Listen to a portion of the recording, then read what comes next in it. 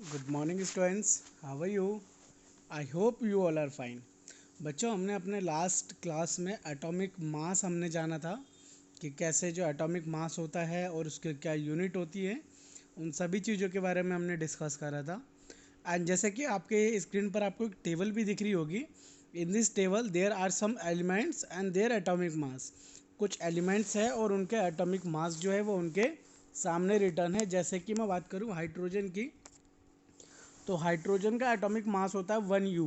Okay, and carbon का atomic mass होता है 12U, नाइट्रोजन का 14U, ऑक्सीजन का 16U, एंड सोडियम का 23U, मैग्नीशियम का 24U, सल्फर का 32U, क्लोरीन का 35.5U एंड कैल्शियम का 40U।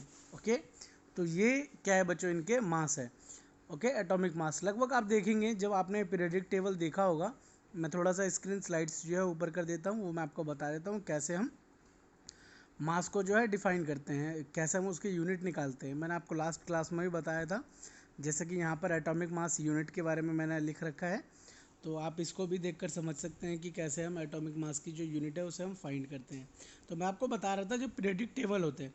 ओके, तो पीरियोडिक टेबल के अंदर जो भी एलिमेंट्स के उनके जो प्लेसेस हैं, ओके, उनके जो प्लेसेस हैं, जैसे कि मैं बात करूँ कार्बन। कार्बन आप देख रहे होंगे, जब आप देखेंगे पीरियोडिक टेबल होगा आपकी बुक में होगा, अदरवाइज़ आप उसको इंटरनेट ब्राउज़र से सर्च कर भी डाउनलोड कर सकते हैं। ओके, तो जो पीरियोडिक टेबल होता है, पीरियोडिक टेबल के अंदर सारे एलिमेंट्स के नेम रिटर्न है according to their atomic numbers. वो उनके उनके एटॉमिक नंबर्स के अकॉर्डिंग प्लेसेस हैं उसके अंदर। जैसे कि हाइड्रोजन है फर्स्ट रैंक पे, देन आफ्टर सेकंड नंबर पर है helium. Hydrogen, helium, lithium, beryllium, boron, carbon. Carbon जो आता है वो सिक्स्थ प्लेस पर आता है। कौन से प्लेस पर आता है? सिक्स्थ प्लेस पर आता है। और कार्बन का जो एटॉमिक मास आप देख रहे हैं वो क्या है? 12U है।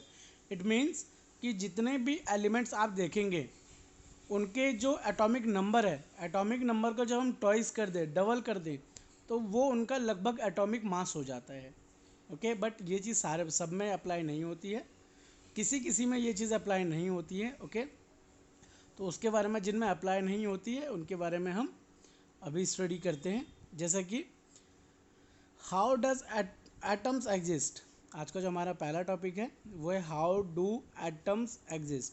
जो एटम्स होते हैं वो कैसे एग्जिस्ट करते हैं। Atom of most of element are very reactive and does not exist in free states. जो एटम्स होते हैं बहुत सारे एलिमेंट्स के, वो बहुत ज़्यादा रिएक्टिव होते हैं, जैसा कि हमने अभी स्टार्टिंग में पढ़ा था। And do not exist in free states, उनको हम फ्री स्टेट मतलब ऐसे ही नॉर्मली एयर के अंदर फ्री हम उसे नहीं रख सकते हैं। Only the atom of novel gases, जैसे कि कुछ नॉवल गैसेस है उनके जो एटम्स है, जैसे हीलियम हो गया, नाइट्रोजन हो गया, आर्गन हो गया, ऐसे ही कुछ जो और भी आपके नॉवल गैसेस है, उन नॉवल गैसेस को केमिकली अनरिएक्टिव, ये क्या पाए गए हैं? ये केमिकली अनरिएक्टिव पाए गए हैं and can be exist in free states, और ये इनको हम फ्री स्टेट्स में रख सकते हैं। Okay, atoms of all other elements combined together to form molecules और आयोन्स। जैसा कि मैंने आपको पहले बताया था, जब हम क्या करते हैं अलग अलग एलिमेंट्स के एटम्स को मिक्स कर देते हैं, कंबाइंड कर देते हैं, तो वो बन जाता है मॉलिक्यूल्स। ओके, मॉलिक्यूल्स की डेफिनेशन मैंने आपको बताई थी, the group of atoms are called molecules, उनको हम आयोन्स भी बोलते हैं। ओके, जो एटम्स होते हैं वो नेचुरली होते हैं ठीक है। अब एटम्स के ग्रुप को हम आयोन्स और मॉलिक्यूल्स बोलते हैं। आयोन्स होता है बच्चों, आयोन्स को भी आपको दिख रहा होगा, ये पॉजिटिवली चार्ज होते हैं और नेगेटिवली भी चार्ज होते हैं। ओके, एंड जैसे कि मॉलिक्यूल्स है, मॉलिक्यूल्स जो वो होता है नेचुरल होता है। अब हम पढ़ते हैं मॉलिक्यूल्स के बारे में। मॉलिक्यूल्स होता क्या है? A molecule is a group of two or more atoms. जो मॉलिक्यूल्स होता है वो दो या दो से ज़्यादा एटम्स जो होते हैं उनसे मिलकर बना होता है। ओके, ये केमिकली बॉन्डेड होते हैं। A molecule is smaller particle of matter, ये मैटर का स्मॉलेस्ट पार्टिकल है। In which capable and independent exist of सब प्रॉपर्टीज ऑफ द सब्सटेंस। जैसे कि एच और O is the smallest particle of water. Water की जब हम बात करें तो वाटर का केमिकल फार्मूला होता है H2O। ओके, एंड उसके अंदर दो एलिमेंट्स है, एक है हाइड्रोजन, एक है ऑक्सीजन। इट मीन्स जो वाटर है वो दो एलिमेंट से मिलकर बना है, तो हम कह सकते हैं कि उसके अंदर जो उसकी जो प्रॉपर्टीज़ है वो कैसी है, वो मॉलिक्यूलर प्रॉपर्टीज़ है। ओके, और मॉलिक्यूल्स में हैव एटम्स ऑफ सेम, मतलब जो मॉलिक्यूल्स हैं ऐसा हो सकता है कि उसके अंदर सेम टाइप्स के ही एलिमेंट हो। ओके, वो डिपेंड करता है उस मॉलिक्यूल्स के ऊपर। उनकी जो कैटेगराइज करी गई है मॉलिक्यूल्स को, वो दो कैटेगराइज करी गई है। मॉलिक्यूल्स को दो भागों में बांटा गया है। It means it's first part is homo atomic molecules. मैंने आपको लास्ट क्लास में ही बताया था। आज हम पहले थोड़ी सी इसकी रिवीजन कर रहे हैं, देन जो हमारा आज लास्ट टॉपिक है उसको हम डिस्कस करेंगे। होमो एटॉमिक मॉलिक्यूल्स क्या होता है? होमो एटॉमिक मॉलिक्यूल्स में ऐसा मॉलिक्यूल्स जिसके अंदर सेम टाइप्स के, मतलब उसके अंदर सेम टाइप्स के एटम्स होंगे दूसरे एक ही एलिमेंट के। ओके, जैसे कि ब्रैकेट में लिखा हुआ है containing atoms of same element, मतलब सेम एलिमेंट के एटम्स होंगे। उन मॉलिक्यूल्स को हम बोलते हैं होमो एटॉमिक मॉलिक्यूल्स। एक आता है हेट्रो एटॉमिक मॉलिक्यूल्स, और कंपाउंड्स भी बोलते हैं उन्हें। हेट्रो एटॉमिक मॉलिक्यूल्स के अंदर क्या होता है? Containing atoms of different element. उसके अंदर दो या दो से ज़्यादा टाइप्स के एलिमेंट्स के एटम्स मिलकर जो मॉलिक्यूल्स बनाते हैं उसे हम बोलते हैं hetero atomic molecules. Okay, molecules की टेबल है, आपको दिख रहा हो, होमो atomic molecules and hetero atomic molecules. उनके कुछ एग्जांपल्स है, मैंने बताए थे लास्ट क्लास में भी, जैसे कि O2 है, N2 है, O3 है, S8 है, P4 है। These are the homo atomic molecules. And hetero atomic molecules के अंदर हो गया H2O, NO2, SO2। ओके,